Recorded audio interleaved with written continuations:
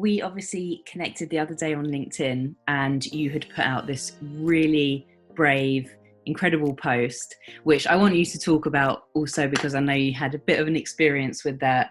So last week you took to LinkedIn to post about yourself and your experiences, and unsurprisingly, it went viral. Have you hit 1 million yet? Yeah. Over. Yes, Yes. that is amazing. What has that been like for you? Yeah, it's been truly surprising because I didn't see it coming. I thought because I just joined the diversity and inclusion team for work, and I thought, okay, let me put something out there about myself, a bit more about my background, and let's see if anyone will see it. Because I've posted something on LinkedIn before, and I saw only like 20 people had read it. I'd read it. So I thought, okay, let's see what happens. I texted my brother and my sister, hey, can you please like it? Because I don't want to put, a picture of me out there in my wheelchair, quite vulnerable, and then nobody liking it. Oh, that's So and then 1 hour later, my sister was like, "Hey, what do you mean like it? Because it's been liked so many times already." I was like, "Wait, what?" And I checked on my LinkedIn, and I saw like over 20,000 people had seen the post, and a lot of comments.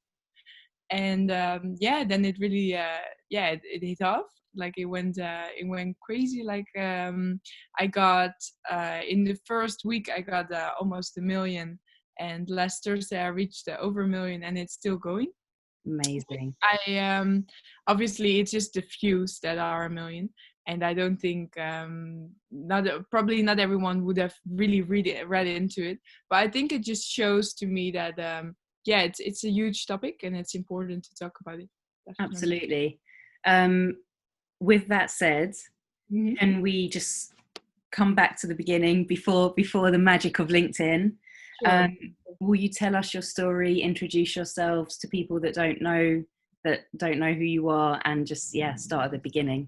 Definitely, yes. So I'm Julia Brouwers. I come from a little city next to Amsterdam in Holland, the Netherlands. And I used to be a professional athlete. I used to be a swimmer on a high level in the Netherlands. Um, I did that. I started doing that when I was 8 years old, quite young, and people really saw me as a talent. So they said, "Oh yeah, your daughter." They said to my mom, "Your daughter should be swimming. I think she will enjoy and she will be good at it." So that's what I did. I became Dutch national champion in the relay with three Wow. other ladies, and we made it to a Dutch national youth record that was there for already 30 years, I believe so, and we broke it, which was super cool. And Wow. I trained a lot. I was in the pool always training, and I really enjoyed it. I really had a vision of, okay, one day, I always said, okay, one day I will go to the Olympics, and I will really make this my work out of when I become older. And sadly, one day I was in class and I tried to stand up, and my legs were paralyzed. I didn't feel anything from my hips to my toes anymore. And that day suddenly changed my whole world around. And And you hadn't had like any other symptoms, nothing. It was just that one moment in class. I did have a lot of complications when it comes to injuries, but in sports, a lot of people have injuries all the time. I was quite flexible and fly quite. I knew my trainer was always saying, Julia Brouwers, why can't you swim like all the other people? And I never understood, because apparently I didn't do the crawl as I was supposed to do. Everyone in the swimming world could do it except for me, and that was really a sign when we once went to a doctor in the part of the Netherlands, and that he said, "Hey, I don't think it's good with your body to be swimming. I think your body can't really do the things as they are supposed to, as it's supposed to be working your body, because there's a problem in your shoulders." And obviously I was training a lot, and I was really working for my goal, so I didn't really want to hear it. And we thought, oh, it's just a doctor that is being negative. Yeah. So I continued training, quite naive, obviously when I look back to it, I'm like, oh, why didn't I listen to this doctor? But at that moment, other doctors said something else, so it was quite hard for me to Yeah. know, okay, what's true, you know? Yeah. And yeah, I had a lot of injuries, but I always kept training and I always kept coming back stronger in some point. And so no, nothing really specific that I was like, okay, this might have been a sign. I know that one day when I was 9 years old, we were on holiday and I was standing at the buffet, and all of a sudden I fell down and I didn't feel my legs as well. So that might have been the first thing where my parents and I were really like, hey, what just happened? But because of my recovery afterwards, it went quite quickly as well. We never really thought of anything being so serious. No. Wow. That's crazy. So after that day in class when you tried to stand up and you couldn't, what happened next? Was that a series of tests and doctor's appointments? Yes, at that point I didn't know, but 7 years of trying to find what was happening in my body followed by that time. So that was really an exhausting period, to be honest. Yeah, what happened directly after I went to the hospital, they did tests on me and they said, okay, we can't find anything serious. So we think you'll be okay. Maybe it's a stress. It was at that time, it was 2 weeks before the Dutch National Championship started. Right, okay. So it made sense in a way that maybe I was just so stressed. You know, your body and mind is the link is a important one. So it might have been that, but unfortunately it wasn't, and I wasn't recovering before that 2 weeks. In that 2 weeks time, so I went to a lot of doctors. I missed the championships, obviously, Wow, okay. and yeah, a lot of months in a wheelchair followed, where I tried to find, okay, what is happening with my body? Is there anything serious? Is it just an injury? Is my hip? Is there a problem in my hip? And doctors couldn't find it until 2 years later. I went to a doctor in Belgium, and he right away saw something on a MRI, and he said, okay, you have to have a surgery in both of your hips, because it was quite unusual that I had the same um, problem in my hips on both sides, because normally it was already a quite rare thing back then. So, and it was especially rare because I had it on both sides. So he wanted to have surgery. He did surgery on me. And then I really thought, which was 2 years later, I was 15 at the time. And then I still was thinking, okay, but then I will be back in the pool one day, you know? I Yeah. was still really having that hope in the back of my head, and thinking I was gonna go back to the pool and do my swimming again, which was sadly not the case. Do you so after you've had the surgery, did like how was the recovery? Were you able to be mobile and walking? Yeah, it took a Right, while, that's the answer. but I did therapy, and I know that apparently cycling is obviously very good for your hips when when you just had surgery. And I remember that I struggled to cycle a lot, and I remember that I struggled to get back into walking. And by that time, already my shoulders also really hurt. My knees hurt. There were a lot of complications already. And we always thought, and the doctors also thought, okay, that's because your hip were the weak point in your body. So Yeah. then everything else will be compensating, you know? Yeah. And so it made so much sense. Yeah. And we just thought, okay, just give it a bit more time, just try to recover. And then my next surgery came for my right side of my hip. And we just always thought, okay, we just need to recover, we just take it easy, and let's see what happens. And that recovery just never came. And after that, I was never really able to walk long distances anymore. I was never able to yeah, really enjoy my life in the turn like enjoy my life in the way I was used to, Yeah. because I was super active as a kid. And I Yeah. was super active. I did everything, running around, and I never had a problem with anything. And then all of a sudden I was really stuck in my body, and it really felt like yeah, in my mind I wanted to do so much, but my body didn't let me. Yeah. So yeah, that's really the start of a long journey, finding a diagnosis, and that took in total almost 7 years. And yeah, that was a long time. Just picking up on the point that you just made, and in your post as well, it was a really powerful sentence when you said my mind was somewhere where my body couldn't go. Mhm.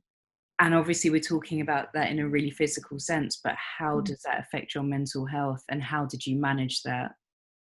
Yeah, that's really how I felt, and that's, to be honest, I still feel that way a lot of the times. I'm so passionate about things and I'm so motivated about things that I always, in my mind, I see myself doing so many things, and then when your body just physically isn't able to, it really becomes almost like a fight. And I wanted to stay out of that position because I didn't want to feel like I always have to fight against my own body, because I also want to be thankful for my body, because it also does bring me other things, you know. It's been a struggle. It's been a real tough period of time where I used to really be so angry, very back within myself. I never really shared my pain anymore, but with people, because I felt like I'm always too much when I share it. And that was really hard. I believe when I look back at it, I really was in a depression, and I really was in a place where I couldn't find a way out, until I just thought, okay, what was my goal in life was really to become professional athlete in swimming. Okay, obviously that will not happen anymore. What else do I like? And I went into a rehabilitation center, and in that rehabilitation center I met so many incredible people, and so many people with other things, you know, and worse than me, better than me, you know, so many different stories, and everybody is following their own path, and everybody has their own struggles. Even if there was a person next to me that maybe was physically even worse than me, but was mentally way happier, for example. And when I started speaking to psychologists and coaches, I really thought, hey, but actually I am quite okay. Like every day I get out of bed and I smile. I do have a great family. I do have a lot of friends. I do have a great life still, because it could always be worse. And when that really put me back into perspective, and that really put me back into, okay, there are a lot of things I cannot do anymore, but let's focus. And it's really a cliche, I think, but let's focus on the things you can do. And obviously it's way harder when someone else says it to you. Then Yeah. it just feels like, oh, stop saying this, I know. But when you come to a point where you really turn your mind around, and you're like, okay, but hey, what if I'm gonna say this to myself, and what if I start believing it, and what if I start making decisions on things that I can do, and collect the people around that will support me through this, then actually I might still have a very good life. And I think the rehabilitation center really had put kind of motivation inside of me, where I was like, hey, maybe I can help people with this too. Maybe that will be my new my new goal. Maybe I can make something out of this, that I can really inspire other people, that I can help them, and let's just go for that path, you know. Amazing. And then I started to follow a coaching study, and I wanted to help other people, and also families, or parents of children that were having to be in the same position, because I know it's not only hard for the person with a disability, but it's also truly hard for the parents, and especially if you do not know what's going on, or if you just got diagnosed with something that will affect your whole life. Yeah. So I wanted to go into dive deeper into that, but I always felt myself as a person that was too young to talk to parents in a way that, hey, maybe you should talk to your daughter like this, or your son, or Yeah. um, but I did find the motivation, and I started to do the coaching study though. So that was already, I think what really helped me through the period is to really find things that were also close to me, that I had inside of me, but I never knew, because I was always focused on something else. Yeah. When you make room, you know, you also create, literally I once read a quote that goes like, when something breaks, the lights get in, you know. And And I felt that way too, that I felt like, hey, maybe this cracked, but something else has come out of it. And Wow, I love that. That's yeah. amazing. Um, I haven't actually asked you about your diagnosis, so can you tell us a little bit more about that and EDS and actually what it is? And Definitely, yes. So obviously, I'm not a doctor, so I will not explain it as a doctor point of view or a medical point of view. But for me, EDS, it's short for Ehlers-Danlos syndrome, and it means it's a connective tissue condition.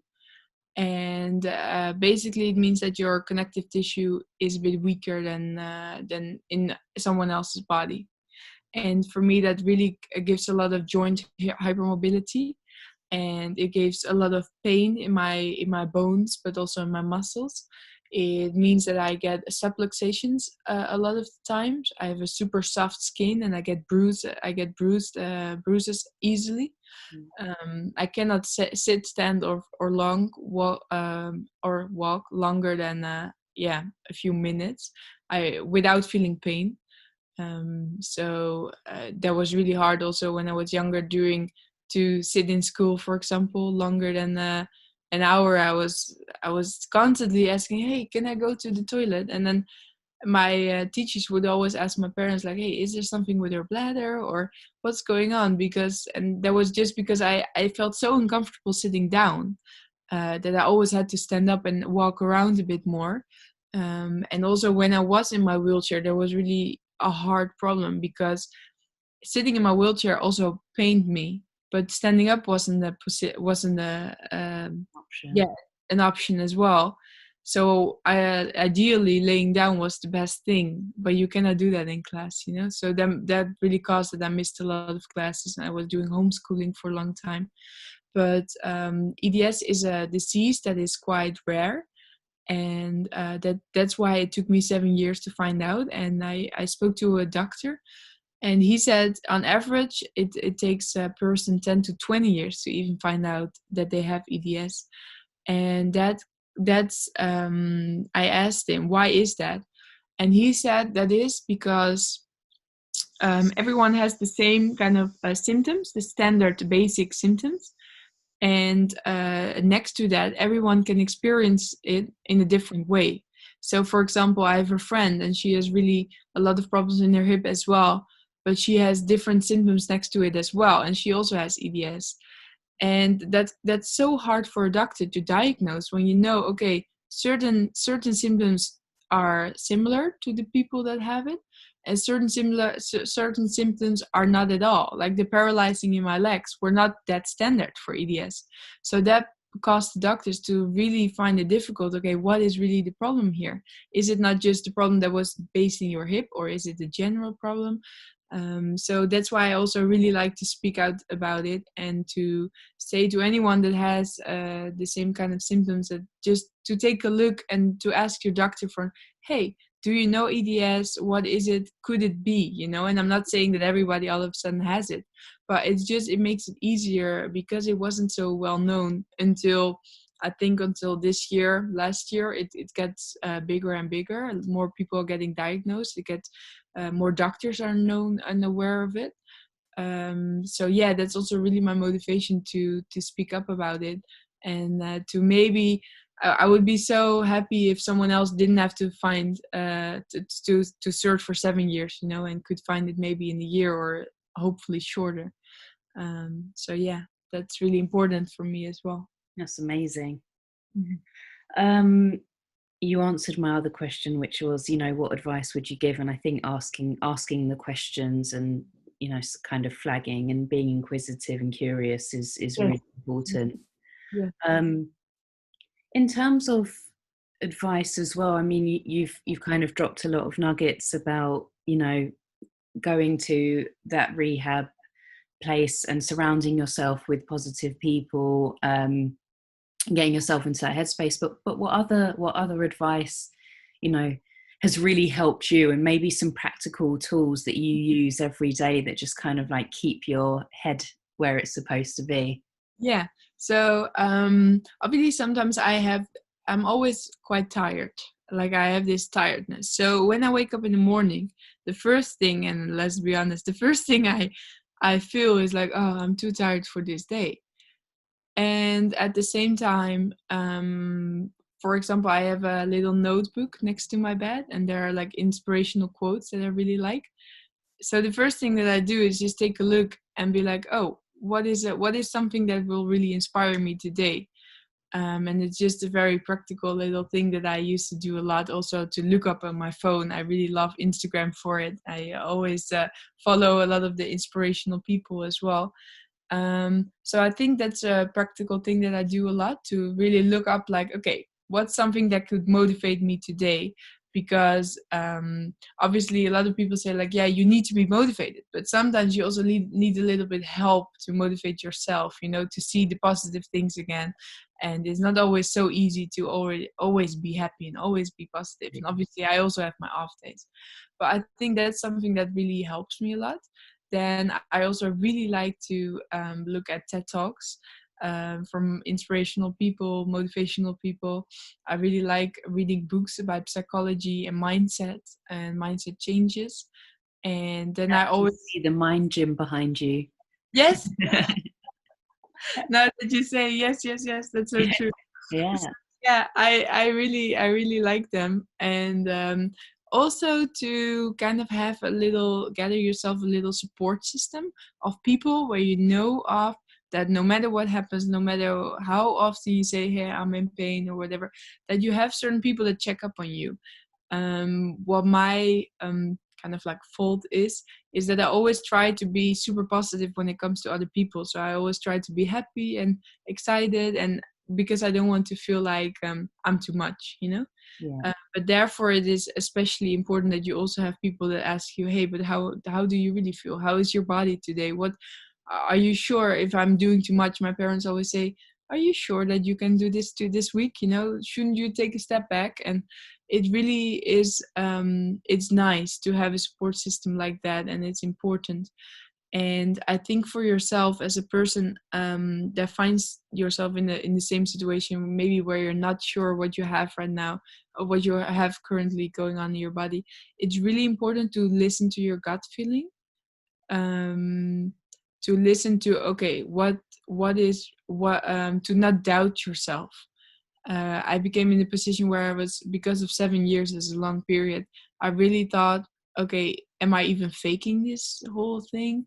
Do I even have this pain? I would literally find myself laying in bed and then just close my eyes and be like, what do I feel at the moment? Do I feel pain? Am I imagining it? You know? So I think it's really important to really listen to your own body and to say like, okay, this is serious, so let's take action on it and let's see who can help me in this and who can support me in this. That's really, really important. Yeah. And at the same time also really look at the bright side of life.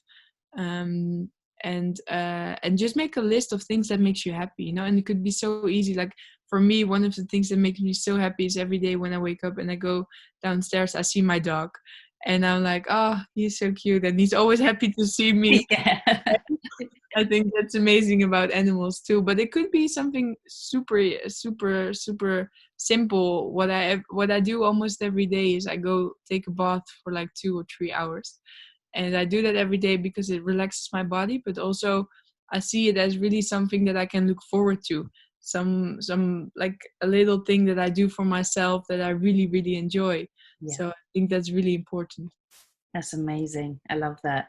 You mentioned books, you've mentioned TED, and you just mentioned inspirational people. So can I ask you who you like to follow and what kind of famous people you're into? Definitely. Good question. I do like it's very broad. I do like, for example, Michelle Obama. I really like Byron Katie. I like Michael, and I'm always pronouncing his name wrong. I think Michael Pilarczyk. It's a Dutch guy. Okay. I like. Let me speak for a moment. Mm. I have all these books here. I liked a lot the book from Mo Gaudet, the Soul for Happiness. Ah, did you he's recently done a podcast. I'll send it to you. Yeah, Um you so. Yeah, it was on the How to Fail podcast, and it was really interesting because it was in the height of quarantine as well, and it was, Yeah. yeah, Yeah, he's brilliant. there are a lot of people that I follow and that I really like. It's always hard for me to come up with these names right away, but let me also think of it and maybe send you a list Yeah, afterwards. yeah, we need that list. That's good. Yeah, I love sharing, like, positive resources for people. I think that's also, really important for all of us as well. yeah, Um, we were speaking the other day, and you said something that was really interesting, that was quite close to your heart, and it's about body positivity and this notion of placing our focus on how it works and not just what it looks like. So can you tell me a bit more about that and anything that you're planning to do in that space? yes, definitely. So, um, when I was, let's say, healthy, because I've had a period in my life where nothing really was wrong with my body, and I've had a period in my life where I'm right now that um, yeah, I'm a bit older now than I was before, and I am very critical about myself. And what I really remembered from the day that my legs gave out was that that night when I went to bed and I was in the wheelchair all day, and that was the first day of my life that I really seriously was like, what's happening? Did this just mean that my life had changed upside down? I went to bed, and when I laid in bed, I cried, and I thought of myself, okay, why wasn't I so happy with everything that I was able to do with my body before? Why are we always looking at other girls like, oh, look at her cellulitis, or at yourself in the mirror, and always be so critical on how your body looks rather than focus on what your body does for you? And I think I still struggle with it, to be honest. I still struggle with it, but I can get myself back into the positive emotion very quickly, because I remember when I'm being critical or when I look to myself in the mirror and I'm like, oh, I wish this was different or that was different, which we really are focused on, because obviously the social media doesn't really help in it a lot too. um, what I really try to remember myself of is like, but hey, your body is able to do such a great things, and also your mind, and it's not being about being the perfect girl that's like the cover girl on the magazines, but it's really about being happy with yourself and being happy in the place in your head, and create a place in your head where you're really happy with, and that you really appreciated of yourself, because that's so important. And I also think, especially nowadays with a lot of burnouts and things that happen, people are just go go go, Yeah, and yeah, you surround yourself naturally with a lot of stress things. A yeah, lot of things nowadays are so impactful. The news, things on social media, we're all constantly on, we're all constantly on it, focusing on everything that happens and trying to keep up with everything. But I think that's why it's so important to create a space within your head where you're like nice to yourself, where you don't listen to your ego too much. yeah, And yeah, I found it hard, but I think it made it easier when my body started giving out or giving up on me. I found it easier to get back the appreciation for my body as well, because I just know, like, okay, my body might not be the body like the cover girl on the magazine, but my body is able to walk me from A to B.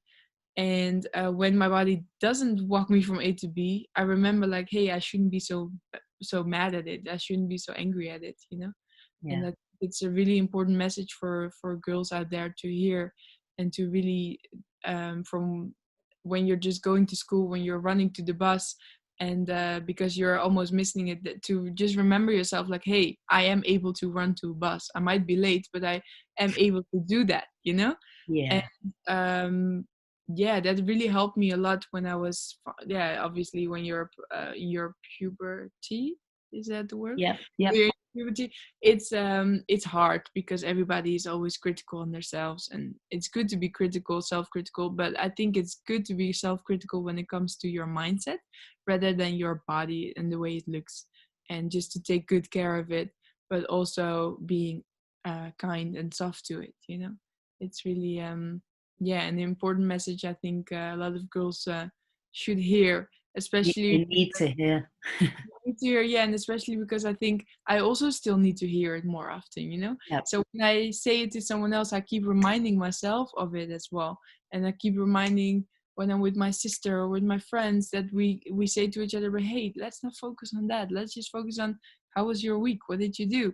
What have you been happy with? You know." What is it that why you get out of your bed in the morning? What is your real goal in life?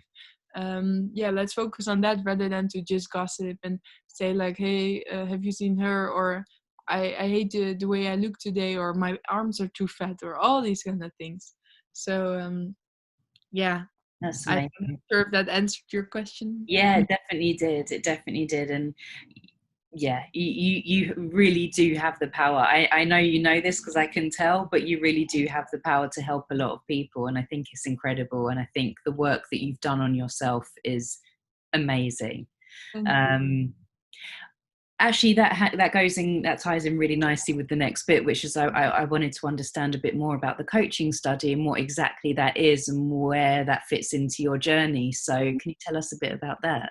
Sure, sure. So, like I said, when I came out of the rehabilitation center, I wanted to help other people, and I thought, okay, how is someone gonna take me serious? From a point of view that I'm not only an expert in terms of I've been through it.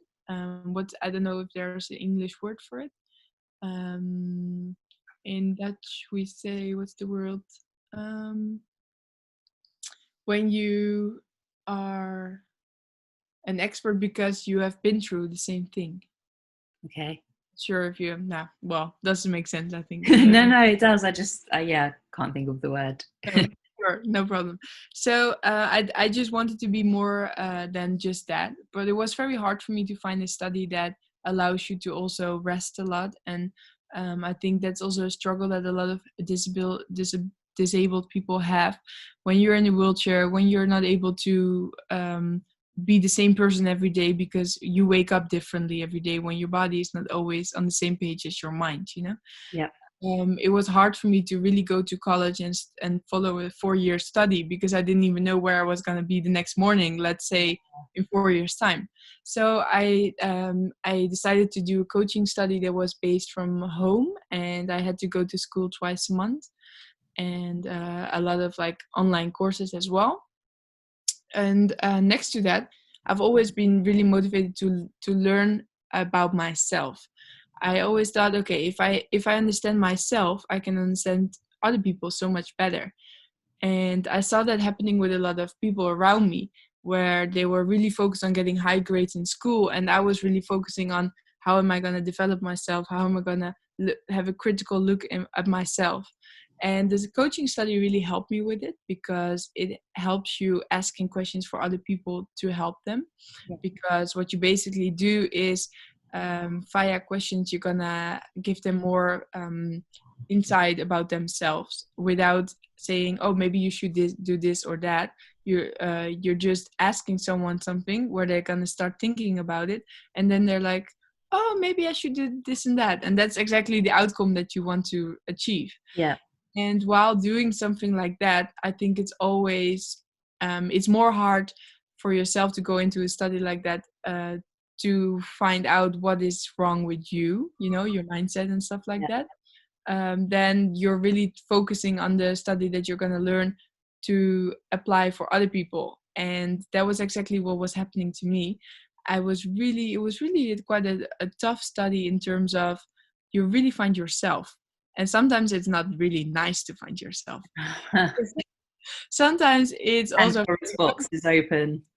yeah, yeah, exactly. And sometimes it's really confronting because when you are self-critical, you also become aware of why are certain things triggering me? Why am I always responding to the same activity like this? Why can I never change that? You know, it's very interesting. And I've always been very intrigued by all of these kind of things. So I've always been very motivated to find out a lot about myself, to find out, okay, why am I friends with this person, and then why doesn't it work out anymore, or why is there a thing going on? Yeah. Am I the person that's wrong? Is it just the other person? You know how, and it's always two persons, so what's going on with me? What effect does it have on me? And that really worked well also, with dealing with a lot of things, because obviously when you're sick and when you cannot get out of bed, because I've been in bed for like a few good months, and just not being able to go places, you also lose friends, because some, especially on my age back then, it's not really nice to have a friend that's always in bed and never go out with you or do the things that you like. And it's really confronting for a young person to all of a sudden lose all their friends, not because of you personally maybe, but just rather because of you not being able to do the same things as them. Yeah. And that really helped me. The study really helped me to clarify things more, and to not be too hard on myself anymore. Because I think once you've been an athlete and you do things on a higher level, you really have this mentality and you will never lose it. At least that's my experience. Anything I do, I go 100%, and I can't go for 50%. In my work life, in my personal life, with my boyfriend, with everything, I always go for the, straight away for 100%, and which is very good. But with my disease, with EDS, the other thing works better: to slow down, have a lot of rest, take good care of your body, know when you're going too far, and take steps back. That's so much more effective. But Yeah. that's exactly how I'm not. So that's been really challenging. And I can really, anyone that's really going through some troubles or has a lot of personal things going on, and that is doubting, okay, why is this always happening? For example, if certain things keeps coming back to you, Yeah. it might be a good idea to just take a look, read a good book about it, and start taking a look at yourself a bit more. I think at least for me it really worked, because then when I understood myself more, I could also live with myself a bit better. Yeah. I wasn't so angry at myself so much, and I could finally find acceptance in things as well. That's so important. It sounds like also a lot of your experience is based on like the deeper you understand yourself, the more it's a kind of balance and a tipping scale of, like I want to get here, but I also know that my body needs to do this, and it's, needs to have that equilibrium to really work. So it's so Yeah. interesting. I think that like everyone can relate to that, whether you have a chronic illness or a disease, or you just have that mindset of you're in business and you're always punching there, but the realities is you're here. We all need a little bit of slowdown in our life. Yeah, How, definitely. speaking of the slowdown, how has the enforced slowdown of quarantine and lockdown affected you and anything that you're doing, work-wise, life-wise? To be honest, really well. It's been such a relief when the company I worked for said, "Okay, we're gonna work from home now." I was like, "Yay, happy!" Yeah. Because I love going to the office. I love going to the office. I love the lunches and the people that I work with and everything. I really do. But it's also very exhausting to go to the office a lot of times, and it's really challenging. And when we were staying at home, all of a sudden I had so much more time to relax, and to when I was doing some work, I was so much more productive as well, because you're not in that hurry again anymore, and that was really important for me. Also, my body has really improved a little bit as well, because now I was able to walk behind my walker with my dog a bit, and then go back to my couch and lay on my couch and then go back to work. Rather, normally I just jump in that bus, go to, Yeah. go with my walker to the office or my wheelchair, and sit there and then have all these things to do, and then come back so exhausted that the next day I had to rest the whole day. Yeah. And that for me was also a bit why I found my life very challenging, because when you're like, one of my biggest dreams before was, okay, one day I really want to have a job. That was really something that if I reached that, then I was going to be so happy. So there was a whole other motivation for me to find a job than normal people. Yeah. And so once I had that job, I also didn't want to mess up. So I wanted to give it my all, be there 100%. But it was also important for me, for example, within the job interview to say like, hey guys, I'm Julia Brouwers and I have all these things that I can do and I have a few things that I cannot do. And is it possible for me to work from home a bit more? And obviously for companies that's quite hard, because if they don't allow anyone to stay at home, why would they allow you? You know, it's always hard to find that balance between what the thin line between, Yes. okay, for you it's fine and for the other one it's not. And when COVID-19 sadly happened, for me it gave me so much more rest, and which is super important for my body. And that also made me like in the weekends I finally had time to make a photo album that I wanted to do, or you know, other things, and to Yeah. listen to nice podcasts, to watch some great movies. And yeah, and it also was very nice for me to finally come to a realization that you don't always have to hang out with everyone in, you know, within a week. I always want to do so many things. I always feel like I'm gonna miss out if I don't, in a certain way, because I'm too scared that anything bad, worse with my body will happen, where I'm really stuck in a wheelchair and I will never be able to walk again. Right. So I kind of always have that in the back of my head, and that makes it that I always want to get everything out of my life, which is great, but it's also a bit tricky because I also should really listen to my body carefully. Yeah. And when COVID-19 happened, and I finally was able to stay at home without feeling guilty for it, that really has been a big relief for me, to be Amazing. honest. It Yeah, sounds and like it. I heard a lot I heard a lot of these stories as well from people that say like, "Oh wow, finally can enjoy time with my family." And you know, as sad as the situation is, obviously, Yeah. um, I think it's also been good in a way that people try to connect more with each other and try to have more family time and seen also other things in life. I think once you come out of school, you go find a study, you do college, university, all these things, and then you just work and you go, and Yeah. then you have kids, and you know. And I think this really made some people aware of, hey, but there's so much more. I've Yeah. heard so many people that said, oh, maybe I'm going to do a study, maybe I'm going to change jobs, maybe I'm going to. And that's been so interesting, and that's obviously why my life has gone so different from all my friends' life, because I never had that rush, because I was being stopped down, like I was being stopped. And when I was being stopped, I found that really, really hard. But at the same time, it also gave me the opportunity to really listen to myself. What do I want? Yeah. And then go for it. And yeah, so that's, I always say, I really see it as a blessing nowadays, which might sound really weird, but I really do, yeah, see it as like that. And I think that to turn things around like that is it's been the best thing that happened to me ever. Yeah, That's definitely. amazing. So powerful. It really is. Yeah, it did. Yeah, I'm very, very thankful for it. I'm very thankful. It didn't came, you know, it didn't happen from one day to the other, but it's really been a journey, and it's really been finding the right people to connect with, finding time for yourself, and let go of the frustrations, let go of the anger, and try to focus on the acceptance, try to focus on the positive things, and try to focus on, okay, I'm so blessed already with what I have. I have a roof, I have food, I have a family, I have a dog.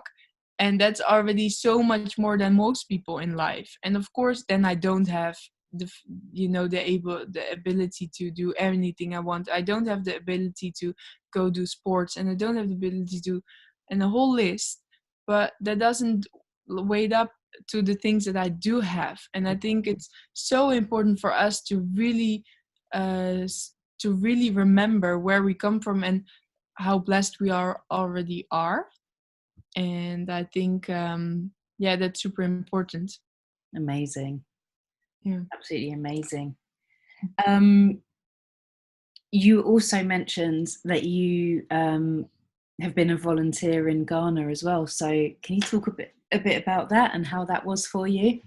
Yes, sure. So when I was in a real bad space physically. I was in the wheelchair, and I kept having attacks, and I kept having a lot of problems with my body. I searched for help, and I went to a retreat in Ibiza, a Dutch founder of the retreat, and I connected with her, and I said, "Hey, can I join the retreat? Although I am disabled, and is it possible?" And she said, "Of course, you can come." I went there, and that was really hard because it was kind of like a silent retreat, and you do workshops, and yeah. When speaking of really finding yourself, everything you will do there is gonna get like times 100, you know.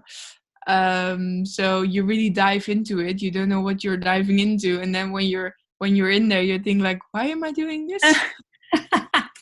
But at the same time, you're so thankful that you are doing it. Yeah. And what I found out there was simply that I was there and I wanted to find a job after. I wanted to really go into that work life and to do things, and I was quite insecure about it as well, because I was like, okay, who's gonna hire me with just a coaching study? I want to maybe work for a company rather to start for myself, because it was a bit more challenging for me to start for myself and do the things that I thought I was gonna do. Um, but then at the same time, I was like, no, but I want to see things of the world. Maybe I'm going to go on a tour in the world by myself. I've read articles that people go in their wheelchair and just go for it. I can also do it. So I went from Ibiza. I went to Valencia in Spain, and I was there with my walker and my suitcase. And the second day, I just cried. I was like, I can't even enter a bus by myself. I cannot even carry my own bag. I cannot even go out for dinner in the night. This sucks. You know, it's not gonna happen. My world tour is officially ending in Valencia, and that's it. But at the same time, I went on Google and I said, maybe applying for a job was a bit, to be honest, I felt so insecure about going to a company, and I didn't know what I had to offer yet. So I thought, let's keep it simple. Let's do voluntary work. Then you can do something for someone else without having to get paid for it, which felt so much more comfortable for me in a certain way. And then I just typed in volunteering work, and then Africa came, and then Ghana entered. And I was like, okay, let's click on this. And I saw a website, and I was like, maybe I should just sign up. I called my parents. I said, hey, mom, dad, I'm going to go to Ghana and volunteer. And my dad was like, no, you're not. Just waiting for that. My parents were super shocked, obviously, and I went to some doctors, and I felt way better after that retreat as well. Physically, I was able to walk a little bit more with my walker. I felt strong enough, so I thought, why not just go for it? My doctor said it's a bit of a risk. You know what happens if you have to go to a hospital there? So I had to really look into it, but then I thought, okay, this is not going to stop me. I really want this. And then back again, this comes this mentality of I really want this. I go for it 100% and it Yeah. will happen. So 1 month later, I was entering Ghana with my wheelchair, a country I'd never been to. Uh, yeah, it was amazing. I was coming there into a volunteering house, and next to it was a shelter where I was working. Yeah. So it was literally only 50 meters walk. With my walker and my wheelchair, was it super doable. I said to these people, hey, I'm trying to help out. Although I cannot work 5 days a week, I cannot start at 9 o'clock in the morning, but Yeah. I will do what I can do. And I think it's always so funny to see when I think, oh my God, I'm already 10 steps behind because I cannot do all these normal things. But then your creativity is really, you have to use your creativity because you want to do things, and you have to do them in a different way. Yeah. So then I thought, okay, if I cannot really play with the kids, I will just teach them English, and I will just start taking a look at the shelter, what needs to happen. So I started to collect a group of people, volunteers, and I started saying like, okay, what if you do this today, you do that, you help me with this, and then together we can create Amazing. a lot of things. And then we really did a lot of great work there together with the very great people, and that gave me so much confidence, so much energy. And while being in Ghana, it really showed me that life there is all about just being in the moment. And all the things that I learned in the retreat, like meditating and all these things, I never did it once, and I didn't have to, because already just being there brought me so much back into that day, that specific moment, that I didn't need to find the time to 10 minutes close my eyes and be at peace with myself. I already was. Yeah. And having less was really having more. Wow. I was just there with one suitcase, but I felt like I had everything. When I came back home, I said to my mom, I'm gonna throw everything out. I don't need all these things, because I've lived there 4 or 5 months, and I've just been wearing clothes. That's it.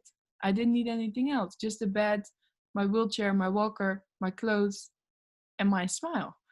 And but obviously it's hard to keep the same energy when you're here, when you're back into the Western world.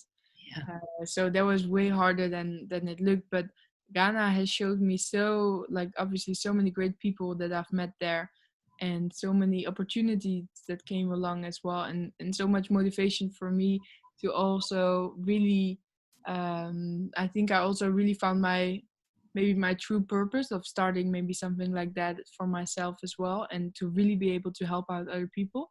And Yeah. I think it's important for disabled people, not only in the workplace, but in which way you're disabled or not, and in which way you are in general. Everybody wants to find a purpose. Everybody wants to feel welcome. Everybody wants to feel that someone needs them. I think in general, everybody feels that way. Yeah. For me, to come there as a disabled person, I wasn't disabled anymore, because the people just saw me, and the kids especially, they just see you for Julia. They Yeah. don't see you with the walker. They found it cool, obviously, but a way to play with as well. Yeah. And obviously they didn't understand when I was sick, or I had to go to bed, or lay in bed during the day. They didn't understand that, but they did understand who I was, and they did understand that I was there to help them. And that just gives you so much fulfillment. And Yes. yeah, it went really well in that period as well, speaking of my body. And yeah, that really had opened my eyes. Although I've been through a tougher period there as well, where I got a blood infection, and I had to go to the hospital. Oh, wow. And it was really tough, because I literally nearly died over there. And I've been in the hospital for a good, I think, a good 9 or 10 days, and I had to recover for a month. So I have been in Ghana for a month, where I was literally only in bed the whole day. But that really also gave me another insight of life, like, hey, it can also be over very quickly. And also my disease EDS is not life threatening, but that moment I really felt like, okay, anything can happen any day, and it only gave me so much more power to really go after what I want to go after Yeah. for. That anything is possible, just if you want to, and if you create the opportunities that you want to have for yourself. And that really comes with speaking to a lot of people, find the right positive mindset, and to really never give up, really. And also never ever stop believing in yourself, because everyone has something that will add value to anything. Even if it's just your neighbor that is happy to see you when you walk around in the street, anyone has anyone has something that will gives edge, gives value to something or someone. Yeah. And it's so important to really yeah, to believe that and to go after that. Because when you finally, yeah, when people just know that, then it gives you a certain peace as well, Yeah. that you are already good the way you are. You just have to find the things that you're good at, and then go out there and present yourself, basically. It's So amazing. yeah. One thing that we haven't spoken about, and you touched on it before, was, this idea of surrounding yourself with good people. But it sounds like to me that your parents have been incredible and super supportive, but also given you a certain amount of freedom to go and live your own life, Yes. which I think is really amazing as well. So that's probably Yeah. something that you can help carers and families navigate together. Yes, definitely. Yeah, and although it wasn't, especially for my dad, my mom is maybe easier for me to let me go, but my dad, when I was in Ghana, I think he died 7 times. Like the day that I went to the airport, he really begged me, "Can you please stay? Can you please stay?" Oh, And that was really hard for me as well to just say like, no, I'm going to go for it. And obviously the event that happened there in the hospital, that I almost died, didn't help with that, because ever since then he said, see, you shouldn't have gone, and that's obviously also very hard. But I think it's so important to have the amount of freedom that you need, but also to still have the protection that you need. yeah, Obviously you still sometimes need the guidance in your life of people that know you very well, that know also what's good for you. yeah, And I can be stubborn in that. And because then sometimes when I see something, I want to go for it, but sometimes it's not the best thing to go for. yeah, And so that's really, yeah, I'm super happy, and I can only be super proud of my family and my parents and my brother, my sister, my boyfriend, and everyone, all my friends. So yeah, it's super important to have a support system. But also, if you're not, and which I'm not in the position of to say, I'm sure there's always someone that wants to help you, yeah, and it doesn't always necessarily have to be family. I've met some incredible people that really feel like family, and that treat me as family, and that I treat as family. And I think, yeah, that's really important as well, to just, if you need help, just seek for help, because everyone wants to help, because yeah, everyone wants to add the value. Everyone wants to give the value. So once they can give value to something or someone, they will only feel even more welcome and even more warmed. And yeah, that's so important. yeah, That's super important. definitely. Mm. Um, can we just talk about work for a little bit, and um, what was it like for you when you were going to be interviewed? Because I can only imagine you had to control a lot of the many thoughts that were going on in your head. But can you tell us a little bit about that? Yeah, sure. So let's go to the point where I was gonna go on the interview of the job that I'm currently in. I remember I was going to the office and I was already worried. Okay, do they even have an elevator? Where will the elevator be? Will they be shocked when I come with the walker because they didn't know? Um, I was so nervous, and obviously everyone is nervous when you go to a job interview already, but Yes. then to come with something extra is basically like you're going to a job interview and say like, hey, here I am, but wait, another part is coming. um, so it was super nerve-wracking, but I felt like once I spoke to the manager that I was meeting up that day, she picked me up and she saw me with the walker and she behaved totally normal, and that was so nice, and that was so good to feel. And at the same time, it was also terrifying for me to walk in that big office, to walk with my walker and knowing that no one else had that. Yeah. Knowing that no one else my age, even in Amsterdam, I barely see anyone with a walker in the city. Um, that already is on itself. You just feel different, Yeah. but you kind of don't want to be treated differently. But at the same time, you need to be treated differently in a certain way as well, Yes. because we can all say like, let's treat everybody the same, which is okay, but some people need a little bit more attention, and some people need a little bit of more guidance or support in a way. Because I can say like, okay, just treat me like everyone else, but I cannot go to the office 4 or 5 days a week. I started my job doing 16 hours, and which I already found very challenging at that moment. Yeah. And very soon, within my job, I got the opportunity to work from home 1 day a week, which really helped me out a lot, because I did just several hours a day. I didn't do 2 days 8 hours. I just did a few hours a day, and yeah, that really helped me. But I remember that I was super, yeah, scared of what they might thought of me, or that they didn't see it coming, that I was with my walker, and that I had something that they had to also think of. And obviously you also feel very insecure because when you're sick and when you're easily a person that I cannot control how I feel tomorrow or how my body feels tomorrow. Yeah. So it might also be difficult for a company to say like, oh, we'll put trust in you and we'll hire you right away, when they know, oh, but in 2 weeks' time it might be a total different story with this person. Yeah.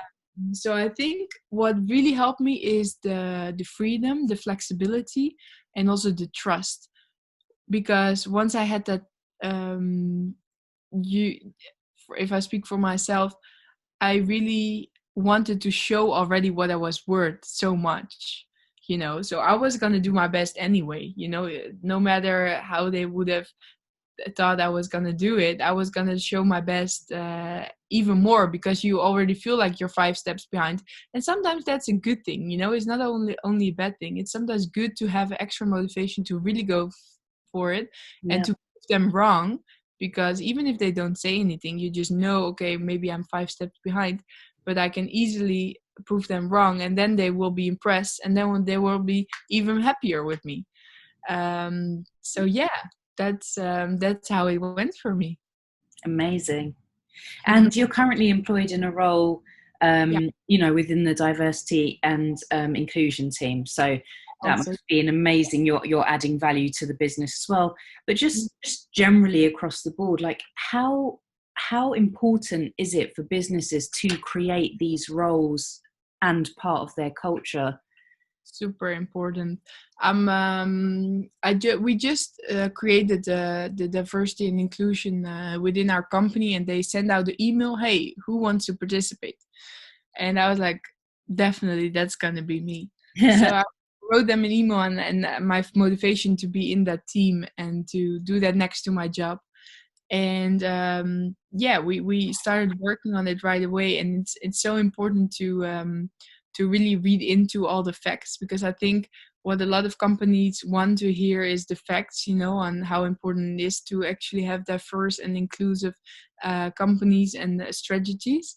And I think what I just already mentioned before, it's the way that if you're not capable of doing everything in the normal way, you're gonna use your mind more. You're gonna use your brains more in a way that other people don't. So Yes. you're gonna come up with ideas that are basically more creative, or in a different way creative, than the standard people, because they never had to think that way. Yeah. And if you've gone through a difficult path, you're used to survive. You're used to, okay, what is helpful, and within a company that can be so, like, that adds so much value to teams. It's Yeah. so nice as well to be with people from different backgrounds, from people with different experiences in life. It already adds such a nice atmosphere in teams. And I think it's just, in general, it's super super important for companies to hire super diverse and inclusive, because it can only add to the results that they're making. Yeah, definitely, I highly believe in that. Amazing. Yes. Amazing. What's next for you? What's next? It's So such a big question, isn't it? yeah, What's next? it's a very big question, but at the same time very nice question, because anything could be next. But no, this LinkedIn post has really inspired me and encouraged me to really go behind my dreams, follow my dreams, and to really go out there, speak with people like you, do interviews, write my blog. I'm gonna come with my own website, Amazing. juliabrouwers.com, and where I'm gonna share my experience, share my full story, and share the things that I've learned. And I'm not gonna say that I'm a professional or like I'm a specialist in things. I'm not. I'm definitely not. I can only tell my story, the things that I've gone through, and hopefully inspire people to look at certain things a different way, Yeah. in a way maybe they had never thought of. And yeah, I would be so happy if that could help people. With my LinkedIn post, I was super super scared to put it out there, And then all I got back was a lot of love, a lot of good energy, and a lot of positive comments where people really have been thanking me and writing their own stories as well, which I think is super important for people to feel heard. Yes. Feel heard. And so yeah, that really motivated me to finally set up my own website. I started writing my own book 2 years ago, and then I thought, okay, but nobody's gonna ever read it. Well, I think there's a few of us that might disagree with you there. Thank you. But yeah, and that's actually the LinkedIn post. It's not about the million people that saw it, but it's more about, for me, the importance that it shows to me that these stories are being seen and are being told. Yes. And that other people that might not dare to speak out, because that's also totally fine. It's not about that everybody needs to say like, oh, this is what I go through, look at me, or not at all. But it's more that I've been in touch with so many people with the same kind of struggles that say thank you for speaking up, because I don't have the energy to speak up. And I finally now I'm in a stable position where I did find the energy to speak up. So I want to use it also for the people that can't, or that won't. And yeah, I can only hope that I can inspire a lot of more people. And let's see where it goes to. Yeah. Love that. I love that. You absolutely will. So we're going to go on to our last question. We have this thing. We have a campaign that we're working on at the moment, and it's called "If I Could Tell You One Thing." Okay. And the aim of it is like, what do you tell yourself? Like, or if you look back to or think of like something that you'd say to your younger self, what would it be? Or it could be something that you now tell yourself every morning when you get up. So if I could tell you one thing, what would yours be? Oh, I think it's a great question. If I could tell you one thing, it would be listen to your gut feeling. Definitely. Yeah. Just definitely listen to your gut feeling and believe in yourself. And also, as hard as the world sometimes can feel and as scary as the world sometimes can feel, everybody's here for themselves, and to help others. And don't let the overwhelming thing part of the world let you down. Stay true to yourself, and when you really listen to your gut feeling, you always know what's right or wrong for you. You secretly always already know. And just have a bit more courage to really listen to it, and then the rest will follow, I think. Amazing. I love that. That's brilliant. Thank you so much for your time.